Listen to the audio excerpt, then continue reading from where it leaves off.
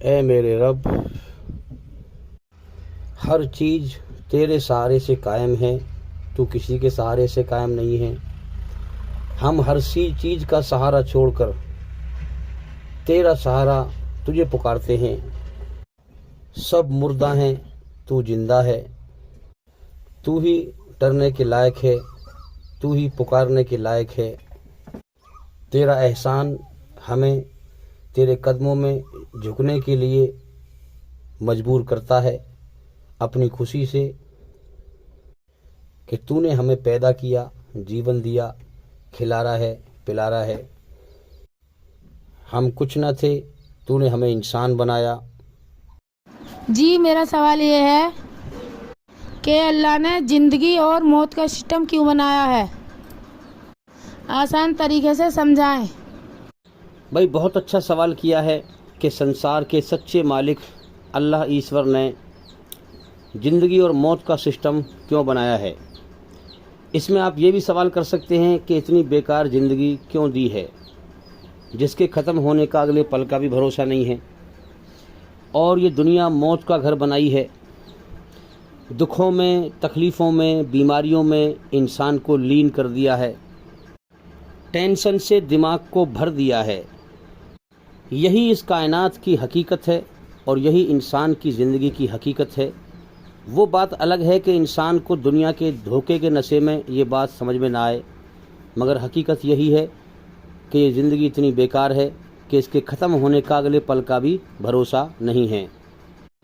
और ये एक अजीब बात है कि इंसान इस दुनिया के धोखे में गुम होकर इस दुनिया को हमेशा का घर फिर भी समझता है और इस बेकार ज़िंदगी को हमेशा की ज़िंदगी फिर भी समझता है। तो आइए इस बारे में हम अल्लाह ताला से, संसार के सच्चे मालिक से गिला और शिकवा करते हैं और उससे बात करते हैं और फिर उसका जवाब भी सुनते हैं।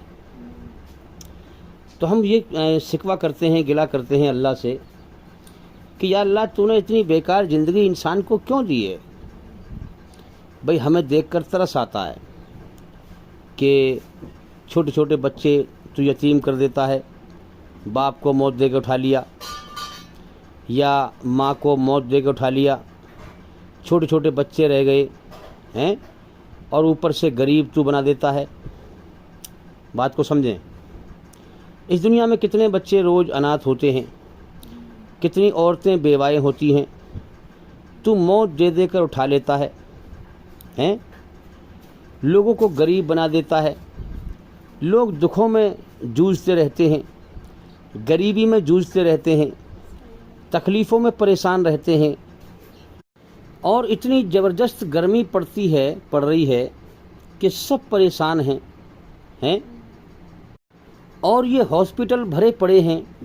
कोई कैसी बीमार है, कोई कैसी बीमार है। अगर देखा जाए तो इस दुनिया में हर इंसान बीमार है, किसी न किसी को कोई ना कोई बीमारी ज़रूर मिलेगी। ऐसा कोई इंसान नहीं है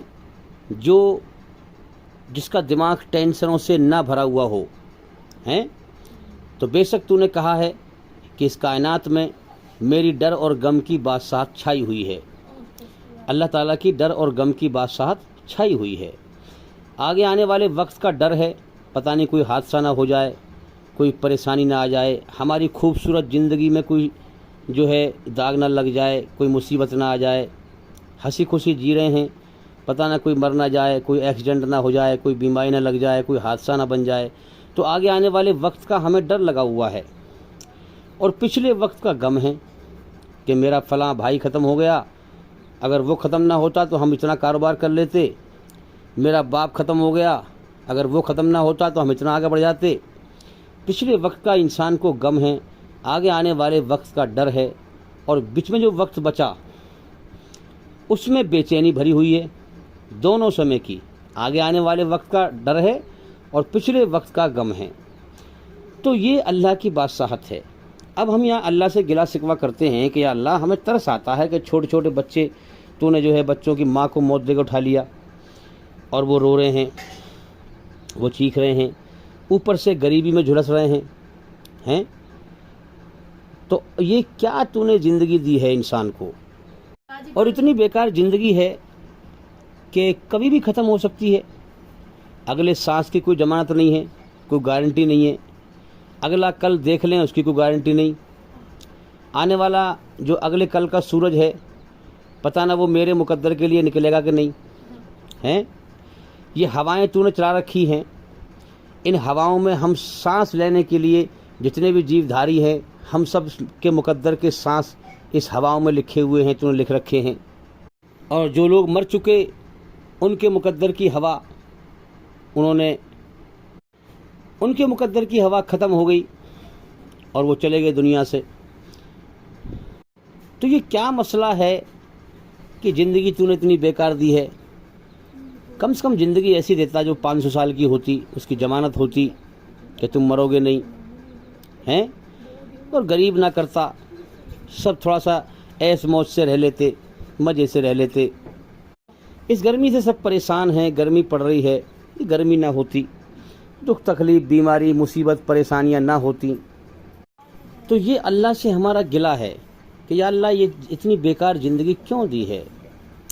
ये दुनिया मौत का घर बनाई है, दुखों का घर बनाई है, बीमारियों का घर बनाई है, परेशानियों का घर बनाई है। अब इसमें एक बात है, ये सवाल मैं क्यों कर रहा हूँ, ये मेरी दलील है ना, मेरे अंदर ये बात आई कहाँ से, मैं इस सवाल को क्यों कर रहा हूँ, बात समझें। देखो ना, दुख होगा तो सुख का पता चलेगा, जब दुखी ना होगा तो सुख की पहचान कैसे होगी भाई हैं। सुख होगा तो दुख का मालूम पड़ेगा। बात समझ में आ रही है कि नहीं। इसलिए ये दलील है कि मैं जो सवाल ये कर रहा हूँ, इतनी बेकार ज़िंदगी क्यों दी है, दुख क्यों दिए हैं, तकलीफ़ क्यों दी है, मौत क्यों दी है, बुढ़ापा क्यों दिया है, ये मेरा सवाल करना इस बात की दलील है कि मेरी रचना में ईश्वर ने जो रची है, उसने रचना मेरे अंदर, मेरी रचना में स्वर्ग की इच्छाएं रखी हैं। तो मैं स्वर्ग की इच्छा उस मालिक से तलब कर रहा हूँ। बात समझें, बड़ी गहरी बात है भाई समझने के लिए, कि ये मेरा अल्लाह से सवाल करना इस बात की दलील है कि ईश्वर ने मेरी रचना में, अल्लाह ने मेरी रचना में रचते हुए स्वर्ग की इच्छाएं रखी हैं। अब स्वर्ग की इच्छा क्या है मैं खुद बयान कर रहा हूँ। भाई मैं ये कह रहा हूँ, तूने जो है मौत क्यों दी है, दुख क्यों दिए हैं, तकलीफ़ क्यों दी है। मौत ना होती, दुख ना होते, तकलीफ़ ना होती, परेशानी ना होती, हमेशा की ज़िंदगी होती है। मौत नहीं होती, हमेशा के सुख होते, दुख नहीं होते, हमेशा की जवानी होती, बुढ़ापा नहीं होता।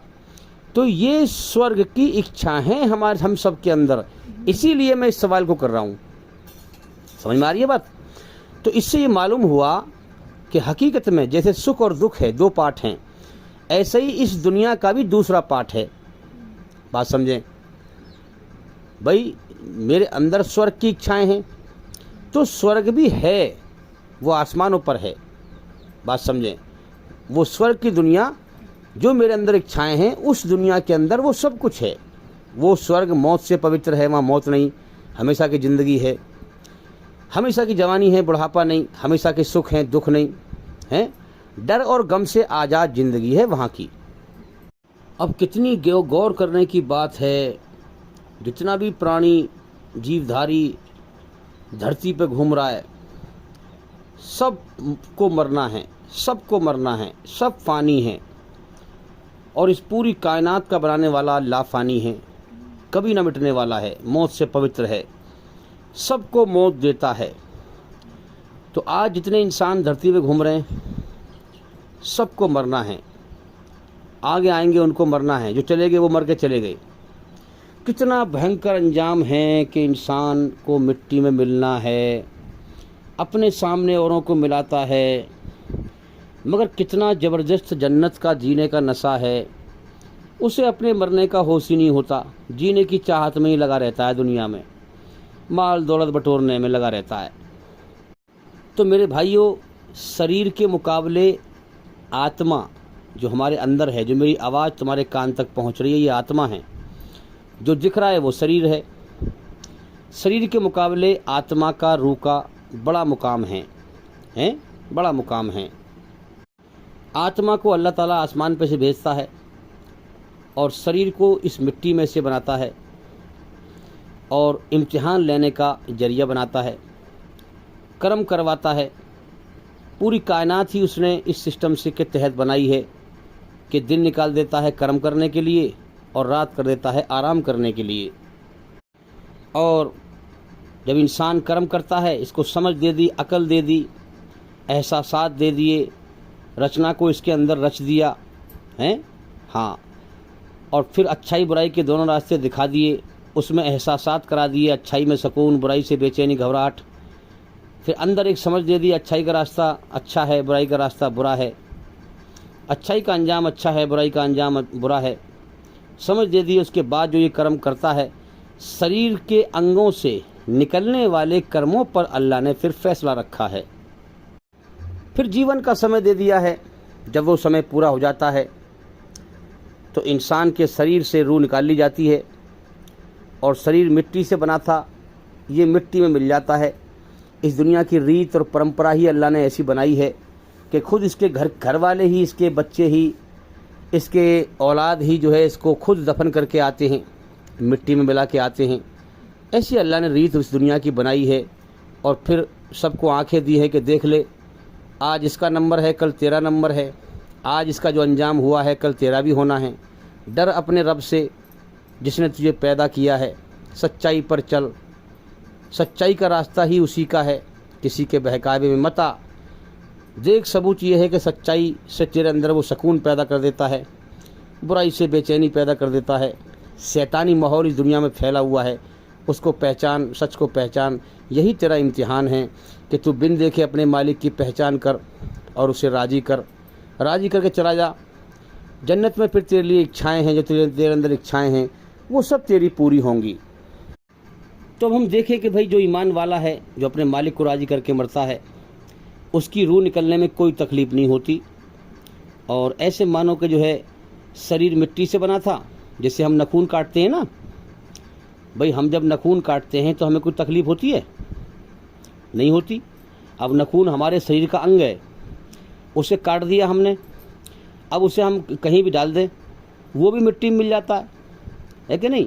तो इसी प्रकार से जो नेक ईमान वाला है, जो अल्लाह को राज़ी कर लेता है, उसकी रूह निकलने में, आत्मा शरीर से निकलने में फरिश्ते उसे कोई तकलीफ़ नहीं देते। और फिर उसके बाद नाखून की तरह से शरीर रह गया पड़ा हुआ, उसको वो मिट्टी मिल जाता है और आत्मा जो है चली जाती है अपने अंजाम को। जैसे कर्म किए हैं वैसे अल्लाह के यहाँ उसके साथ जो है मामला पेश आता है। तो इसी प्रकार से हम समझें कि अल्लाह से हम गिला शिकवा करें कि अल्लाह तूने ऐसा जीवन क्यों दिया है। तो भाई अब कुरान में सुने जवाब, अल्हम्दुलिल्लाहि रब्बिल आलमीन। अल्लाह कह रहा है सारी तारीफ़ें मेरे लिए हैं, मैं सारे जहानों का पालनहार हूँ, पालने वाला हूँ। तो मेरे भाइयों, ये बात अटल हकीकत है कि कोई एक ताकत है जो इस पूरी कायनात को चला रही है और सबको उसने संभाल रखा है। बेशक वही तारीफ़ के लायक है। और दूसरी बात यह है कि वही ताकत है एक जो सबको पाल रही है, सबको खिला रही है, पिला रही है। तो कुरान की ये बात अटल सच है। फिर इससे अगली बात और अटल सच है, अर्रहमान रहीम। वो कह रहा है कि मैं बड़ा मेहरबान, बहुत रहम करने वाला हूँ, बड़ा कृपालु, बड़ा दयावान हूँ। तो जब हम अल्लाह से गिला शिकवा करते हैं कि या अल्लाह, ये कितने बच्चे तो रोज़ यतीम करता है, औरतों को बेवा करता है, गरीबी में झुलसते हैं लोग, हमें तरस आता है। अल्लाह फरमाता है, मेरे बंदो, तुमसे ज़्यादा मैं अपने बंदों से मोहब्बत करता हूँ, तुमसे ज़्यादा मैं अपने बंदों से प्यार करता हूँ, और मुझसे बड़ा कोई नहीं है। मैं जो कानून बना दूंगा वही चलेगा। मेरे कानून को कोई काटने वाला नहीं है, कोई रोकने वाला नहीं है। तुमसे ज़्यादा अपने बंदों पर रहम करने वाला मैं हूँ। तो फिर या अल्लाह, अगर तू रहम करने वाला है तो फिर तू क्यों बच्चों को यतीम करता है? माँ को मौत दे के उठा लिया, बाप को मौत दे के उठा लिया। अगर तू रहम करने वाला है तो क्यों जो है इन गरीबी में लोगों को झुलसाता है? गरीबी में लोग परेशान होते हैं, खाने को रोटी नहीं है, तन पे कपड़े पहनने को कपड़ा नहीं है, बीमारी में भी लीन हैं, हाँ, तकलीफ़ों में लीन है, दिमाग टेंशनों में बंधा हुआ है। ये सब क्या है? फरमाया कि मेरे बंदे, ये दुनिया मैंने परीक्षा लेने के लिए, टेस्ट लेने के लिए, पेपर लेने के लिए, इम्तिहान लेने के लिए बनाई है। और इस दुनिया की वैल्यू मेरे नज़दीक मच्छर के पर के बराबर भी नहीं है। आप ज़रा अल्फाज पे गौर करें। दुनिया का बनाने वाला दुनिया को बनाकर, यानी जो कुछ दुनिया में हो रहा है, सुख दुख, गरीबी अमीरी, मौत, बुढ़ापा, ये सब अल्लाह के हुक्म से हो रहा है। अब अल्लाह का जिसने बनाया है इसको, जिसके हुक्म से हो रहा है, वो क्या कह रहा है, बात पे गौर करें कि मेरे बंदे, इस दुनिया की वैल्यूकेशन यानी इज्जत मेरे नज़दीक मच्छर के पर के बराबर भी नहीं है। मेरे भाइयों, गौर करने की बात है। और वो मालिक कहता है कि ये दुनिया की ज़िंदगी एक खेल और एक तमाशा है। बात समझें, खेल और एक तमाशा और धोखा। दुनिया का बनाने वाला खुद कह रहा है कि धोखा। मेरे भाइयों, ये बात हवाई नहीं है। इसी लफ्ज़ पर गौर करके कि ये दुनिया कैसे धोखा है, आप गौर करें और देखें। कदम कदम पर आपका जो दिमाग है आपको सतर्क करता है। जिससे भी नए इंसान से मिलते हैं, कहीं ये मुझे धोखा ना दे दे, जगह जगह आपकी यही सोच रहती है। तो ये सबूत है कि ये दुनिया हकीकत में धोखा है। किसी से कोई सामान ले रहे हैं, मान लो प्याज ले रहे हैं, सेब ले रहे हैं, हम उससे ये नहीं कह सकते भाई ज़रा तोल के लिया अंदर को, हैं? हम क्या करेंगे भाई, ख़राब ना भर दे कहीं, अरे जल्दी से मैं जाऊँ फटाफट छांट के लाऊं, कभी ख़राब ना भर दे, है कि नहीं? तो इस चीज़ में आप गौर करें। इस दुनिया में ये दुनिया पूरी धोखा है, ये अटल सच है। तो मेरे भाइयों, अल्लाह फरमाता है कि ये दुनिया मैंने इम्तिहान लेने के लिए बनाई है। मैं अपने हर बंदे और बंदी को पैदा करता हूँ, उसके अंदर अपनी रचना को रच देता हूँ, अच्छाई बुराई के एहसास, सच और झूठ का रास्ता दिखा देता हूँ। शैतान को भी छूट दी है कि तू बुरे ख्याल डाल, लेकिन मैंने अपने बंदे को स्पष्ट रूप से दिखा दिया है कि ये बुरा ख्याल शैतान की तरफ से है, ये बुराई है, इसको ना कर। हर बंदा जानता है इस चीज़ को कि बुरा काम जो है बुरा होता है, उसको नहीं करना चाहिए। अब जो जानबूझ के करे तो उसने मेरी रचना का उल्लंघन किया।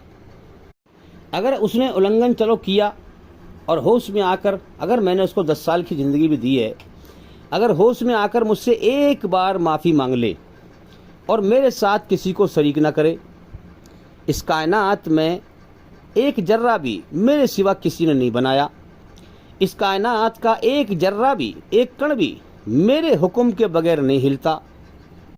हाँ, इंसान को फ्री विल दिया है, दोनों रास्ते दिखा दिए हैं, अच्छाई पर चल या बुराई पर चल। इसको फिर छूट दे दी है, चल बढ़ आगे, इसको मैं रोकता नहीं हूँ। अच्छाई पर चलेगा तो नहीं रोकता, बुराई पर चलेगा तो नहीं रोकता, मगर एहसास कराता रहता हूँ कि बुराई का अंजाम बुरा होगा, अच्छाई का अंजाम अच्छा होगा। आज जो लोग अल्लाह की तरफ से सोए हुए हैं, जीवन के मकसद से सोए हुए हैं, शरीर जा रहा है मौत की तरफ और ध्यान लगा है दुनिया में हमेशा जीने का, सोए हुए हैं, जब मौत पर जागेंगे जाकर तो मेरे भाइयों कभी भी इंसान को फिर सोना नसीब नहीं होगा। फिर वहाँ पर इंसान को पछताना ही नसीब होगा, वहाँ हमेशा पछताएगा इस जीवन के एक एक पल पर कि काश मैं अल्लाह को राज़ी करके आता, जीवन के मकसद को पूरा करके आता। तो मेरे भाइयों, अल्लाह ताला कुरान में हमें समझाता है। आज अल्लाह ने हमें अकल दी है, समझ दी है, इसके बावजूद भी लोग सही इस्तेमाल नहीं करते, धर्म के नाम पर लड़ते हैं आपस में। अल्लाह का ऐलान है कि ये मेरी दी हुई अकल का सही इस्तेमाल नहीं करते। क्या ये देखते नहीं हैं कि जब मैं सर्दी का मौसम करता हूँ तो ऐसा नहीं कि मुसलमान के लिए अलग करता हूँ या हिंदू के लिए अलग करता हूँ, सब के लिए बराबर करता हूँ। मैंने इनको अकल दी है, आँखें दी हैं देखने के लिए। क्या इनकी आँखें फूट गई हैं? इनको दिखता नहीं है कि एक ही मालिक है, कि हम सब के लिए उसका एक ही मौसम काम करता है, एक ही हवा काम करती है, एक ही बारिश काम करती है। और अल्लाह का ऐलान है कि मैंने सबकी रचना में अपने आप को एक ही को पुकारना रखा है। दुख तकलीफ़ में ये मुझे ही पुकारते हैं, और जब मैं दुख तकलीफ़ दूर कर देता हूँ तो फिर मेरे साथ शिर्क करते हैं, फिर अपने देवी देवताओं को, पीरों को पुकारते हैं, मेरी पैदा की हुई चीज़ों को पुकारते हैं, शिर्क करते हैं, सबसे बड़ा पाप करते हैं, गुनाह करते हैं। तो अल्लाह का ऐलान है कि मेरे बंदे, ये दुनिया मैंने मौत का घर, दुखों का घर, बीमारियों का घर, परेशानियों का घर इसलिए बनाई है ताकि मेरे बंदे और बंदी दुनिया में दिल न लगाएं, मेरी तरफ को ध्यान लगाएं, बिन देखे मेरी पहचान करें, मुझसे डर कर बुराई से बचें और अच्छाई पर चलें, शैतान के रास्ते पर न चलें, मेरी सच्चाई के रास्ते पर चलकर मेरी पनाह में अमन शांति हासिल करें और मुझे राज़ी करके आएँ। छोटा सा जीवन दिया है, मुझे राज़ी करके आ जाएं और जन्नत में फिर अपनी हर इच्छा को पूरी पाएं। ये ज़िंदगी बहुत छोटी सी है, इंसान को गफलत में लंबी दिखाई देती है, नशे में बहुत लंबी दिखाई देती है इंसान को, मगर है बहुत छोटी। जीवन का समय यूं ही बीत जाता है। तो अल्लाह का ये ऐलान है कि मेरे बंदे, मुझे अपने मखलूक से बहुत प्यार है। ये जीवन मैंने दे दिया है, ये दुख भी दिए हैं तुम्हारे फ़ायदे के लिए, ताकि तुम दुखों में जब जूझो तो तुम मेरी तरफ ध्यान लगाओ। मैं तुम्हारे काम बनाऊंगा, तुम्हें जन्नत में जीवन दूंगा ऐसा जो तुम्हें दुख ना होंगे। हैं, मौत का सिस्टम इसलिए चलाया ताकि तुम आँख से देखो कि आज ये मर के जा रहा है, कल को मेरा भी नंबर है। आज इसकी अर्थी जा रही है, इसकी मैयत जा रही है, कल को मेरा भी नंबर है, ताकि तुम जागो। और मैं तुम्हें दिखाई नहीं देता, क्या वजह है कि मुझे ये पसंद है कि तुम बिन देखे मुझसे डरो, बिन देखे जो है मेरी रचना के आधार पर सच्चाई पर चलो, झूठ से बचो, अमन शांति हासिल करो सच्चाई पर चलकर। और मेरे बंदे, इम्तिहान तो यही होता है ना कि मालिक दिखाई ना दे, मालिक दिखाई ना दे, उसकी मिल्कियत में तुम क्या अच्छा करते हो क्या बुरा करते हो, वो ढील दे, जब भी तो इम्तिहान होता है।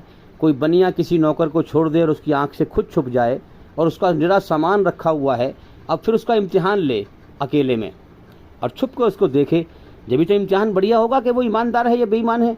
इसी प्रकार से पूरी कायनात मेरी ही मिल्क है और मैं तुम्हें दिखाई नहीं देता हूँ, मैं तुम सबको देखता हूँ और तुम्हारा टेस्ट लेता हूँ कि कौन ईमानदार है मेरी बनाई हुई रचना के आधार पर और कौन बेईमान है, कौन सच्चा है और कौन झूठा है, कौन सच्चाई पर चल के मरता है और कौन झूठ पर चल के मरता है, कौन मेरा एहसान मानता है, मैंने जीवन दिया है, मैं खिला रहा हूँ पिला रहा हूँ, और कौन मेरी नाशुक्री करता है। ये दो प्रकार की मैंने रचना बनाई है। जीवन जीने के इंसान के दो ही तरीके बनाए हैं, सच पर चल या झूठ पर चल। और इन दो तरीकों के हकीकत में यकीन कर कि मौत के बाद मैंने दो अंजाम बनाए हैं। जो ईमानदार बन के मरेगा, हाँ, जो ईमानदार बन के मरेगा वो स्वर्ग में, जो इसके अंदर इच्छा रखी है मैंने, हमेशा की ज़िंदगी हो मौत ना हो, हमेशा की जवानी हो बुढ़ापा ना हो, हमेशा के सुख हो दुख ना हो, जो इसकी इच्छाएं हैं मैं सब इसकी स्वर्ग में पूरी करूंगा। जो ईमानदार बन के मरेगा मेरी बनाई हुई रचना के आधार पर अपनी आत्मा को, अपनी रूह को बुराई की गंदगी से पवित्र करके मरेगा इस कुरान मजीद के द्वारा। और जो मेरी बनाई हुई रचना के खिलाफ चलकर, बुराई पर चलकर, शैतान के रास्ते पर चलकर, फसाद फैलाकर मरेगा, बेईमान बन के मरेगा, वो नरक की आग में सजा पाएगा। मेरे भाइयों, आप देख लें कि बच्चा होता है, बच्चे को माँ बाप किस तरह पालते हैं पोसते हैं, कमज़ोर अवस्था में, कमज़ोर हालत में उसकी कैसे परवरिश करते हैं, और फिर जब वो जवान हो जाता है उसके अंदर चार दाने पड़ जाते हैं तो फिर वो बुरा बन जाता है, माँ बाप की नाशुक्री करता है, माँ बाप की जो है नाकदरी करता है, माँ बाप के साथ बदतमीजी करता है, बदसलूक करता है, तो माँ बाप को गुस्सा आता है कि नहीं। माँ बाप का जी चाहता है इसको सज़ा दें हम, लेकिन माँ बाप कमज़ोर होते हैं, सज़ा नहीं दे पाते। लेकिन मेरे भाइयों, अल्लाह कमज़ोर नहीं है। हाँ, उसने पैदा कर दिया, एहसान किया, जीवन दिया, जीवन का समय दिया, एहसान किया, खिला रहा है पिला रहा है, उसका एहसान है। अगर तुम अल्लाह की तरफ से अकड़ोगे, उसकी नाशुक्री करोगे, मेरे भाइयों, घमंड में ही इंसान नाशुक्री करता है। तो घमंडियों के लिए अल्लाह ने नरक की आग तैयार कर रखी है। और मेरे नज़दीक अब देखो ना, सजा तो और भी बहुत सारी थी, सजाएं तो खैर और है जहन्नम नरक के अंदर, लेकिन आग का अजाब, आग की सजा ही क्यों बताई गई है बार बार? क्योंकि आग से इंसान का घमंड चूर चूर हो जाता है, आग में जलने पर इंसान तड़पता है। इसीलिए अल्लाह ने नरक की आग तैयार कर रखी है सच्चाई का इनकार करने वालों के लिए, सच्चाई को ना मानने वालों के लिए, अल्लाह का एहसान ना मानने वालों के लिए, अल्लाह की नाकदरी करने वालों के लिए। जीवन का समय पूरा कर और मर के जाके देख कि नरक की आग तैयार है या नहीं है। जैसी करनी वैसी भरनी, ना माने तो करके देख, मरने के बाद स्वर्ग भी है नरक भी है, ना माने तो मर के देख। तो मेरे भाइयों, अल्लाह का ऐलान है कि मेरे बंदे, मुझे अपने मखलूक से बहुत प्यार है, सच और झूठ का रास्ता मैंने सबको दिखा दिया है। मैं इतना मेहरबान हूँ कि इंसान मेरे साथ शिर्क न करे, मुझी को पुकारे, सहारे सारे सहारे छोड़कर मेरा सहारा पकड़े, मेरा सहारा मुझे सहारा बनाकर मुझे पुकारे और एक बार मुझसे माफ़ी मांग ले, ज़िंदगी में एक बार दिल से माफ़ी मांग ले, मैं उसे माफ़ कर दूंगा। मैं बड़ा मेहरबान, बहुत रहम करने वाला हूँ। तो ये ज़िंदगी मैंने बनाई ही इम्तिहान के लिए है, दुखों का घर, बीमारियों का घर, और ये इंसान के फ़ायदे के लिए ही है, ताकि दुनिया से दिल ना लगाए, वो मेरी तरफ दिल लगाए, दुनिया की हर चीज़ को नापसंद करके मुझे पसंद करे। मैंने इंसान को अपने लिए बनाया है कि मेरी ही इबादत करे, और जिस मकसद के लिए मैंने इसे बनाया है, अगर इसने वही मकसद पूरा ना किया, उस मकसद को ही मार दिया, तो मेरे बंदे फिर मैं इसे जहन्नुम की आग में फेंकूँगा। ये जाहिर सी बात है भाई, अगर मैं भी कोई चीज़ बनाऊँ, अगर मैं या आप कोई चीज़ बनाएं और जिस मकसद के लिए बनाएं वो चीज़ वो मकसद पूरा ना करे, तो हम क्या करेंगे?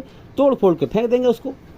इसी प्रकार से अल्लाह ने इंसान को अपने लिए बनाया है कि दुनिया में जाकर मेरी इबादत करना, मुझी को पुकारना, मेरे सामने हाथ फैलाना, मेरे ही आगे सर झुकाना, मेरी दी हुई अकल से मेरी पहचान करना, सच और झूठ सब कुछ मैंने तुम्हें दिखा रखा है दुनिया में। अकल के अंदर के अंदरूनी हिस्से से गौर करो और सच को पहचानो। तुम्हारी तरह इस दुनिया से लोग जीवन गुजार कर इस दुनिया में के खेल तमाशे में लगकर और दुनिया बटोर कर सब कुछ यही दुनिया में छोड़कर मर के चले गए। क्या ले गए हैं? मैं इस कायनात को चला रहा हूँ। क्या तुम अंधे हो रहे हो कि तुम मुझसे अंधे हो? कहते हो कि इस कायनात का कोई मालिक नहीं है, ऑटोमेटिक सिस्टम है। सब कुछ मैंने स्पष्ट रूप से हर इंसान को सच और झूठ दिखा रखा है। तो जो मेरा शुक्र अदा करेगा, मुझे राज़ी करेगा, दुनिया की हर चीज़ को नापसंद करके मुझे पसंद करेगा, मुझे राज़ी करके आएगा, वो मेरी रहमत जन्नत में दाखिल हो जाएगा, जिसमें हमेशा मज़े का जीवन है, मौत से पवित्र हो जाएगा, अमर हो जाएगा हमेशा के लिए। और जो मुझे नाराज़ करके आएगा वो नरक की आग में सजा पाएगा, नरक की आग में हमेशा के लिए डाल दिया जाएगा। तो भाई अल्लाह ताला ने ज़िंदगी और मौत का सिस्टम कुरान में जवाब दिया है, इसलिए बनाया है ताकि वो हमारे कर्म देखे कि कौन कैसे कर्म करता है, कौन मुझे राज़ी करता है, कौन मुझे नाराज़ करता है। और ये गरीबी, दुख, तकलीफ़ इसलिए दिए हैं ताकि इंसान अल्लाह की तरफ ध्यान लगाए। कौन इस दुनिया में अपनी मनमानी करता है और कौन मेरी मर्ज़ी को पहचानता है। तो मेरे भाइयों, यही टेस्ट है कि हम अपने मालिक की मर्ज़ी को पहचानें। उसकी मर्ज़ी पवित्र कुरान मजीद के अंदर है और मोहम्मद सल्लल्लाहु अलैहि वसल्लम की जीवनी में है। जो कुरान में संसार के सच्चे मालिक ने फरमाया, अपनी मर्ज़ी बताई है, अपने बंदों को फरमाया, वही मोहम्मद सल्लल्लाहु अलैहि वसल्लम ने पूरा करके दिखाया और दुनिया के हर इंसान को बताया कि ईश्वरी रचना के आधार पर मैं तुम्हें जीवन जी के दिखा रहा हूँ, पूरी तरह बुराई से बचकर और पूरी तरह सच्चाई पर चलकर अपनी आत्मा को बुराई की गंदगी से पाक करके देखो, तुम भी इसी रास्ते से अपने बनाने वाले सच्चे मालिक को राज़ी करो। तुम्हें जीवन का समय दिया गया है, तुम्हारी जान उसके कब्जे में है। जब वो समय पूरा हो जाएगा तुम्हें मौत दे के उठा लेगा। अल्लाह समद, सारा जहान उसके सामने बेबस है, मोहताज है, वो किसी के सामने बेबस नहीं है, मोहताज नहीं है। तो जीवन के समय को बर्बाद ना करो, इससे पहले कि उसका बुलावा आ जाए, वो मौत दे के उठाए, उसको राज़ी कर लो। तुम उसके सामने बेबस हो, जब वो तुम्हें मौत दे के उठाएगा तो दुनिया की सारी ताकत मिलकर तुम्हें मौत से रोक नहीं पाएगी। इसलिए उससे डर जाओ, उसके आगे झुक जाओ। इस्लाम का मतलब यही है कि अपनी मनमानी छोड़कर अपने मालिक की मर्जी पे आ जाएं, उसके कदमों में अपने आप को झुका दें। उसका कोई रूप आकार नहीं है। जहाँ चाहें अपने मन में फैसला कर लें कि मालिक मैं तेरे सामने सरेंडर करता हूँ अपने आप को और तेरी मर्जी को आज से जानूंगा, तेरी मर्जी पर चलूँगा। तो आज से फैसला कर लें कि मालिक हमने अब तक अपनी मर्जी खूब चला ली, मगर अब आज के बाद तू क्या चाहता है, तेरी मर्जी क्या है, तूने जीवन क्यों दिया है, तू चाहता क्या है। आज के बाद तेरी ही मर्जी जाननी है, उसी पर चलना है, तुझे राज़ी करना है। मेरे भाइयों, ये फैसला कर लो।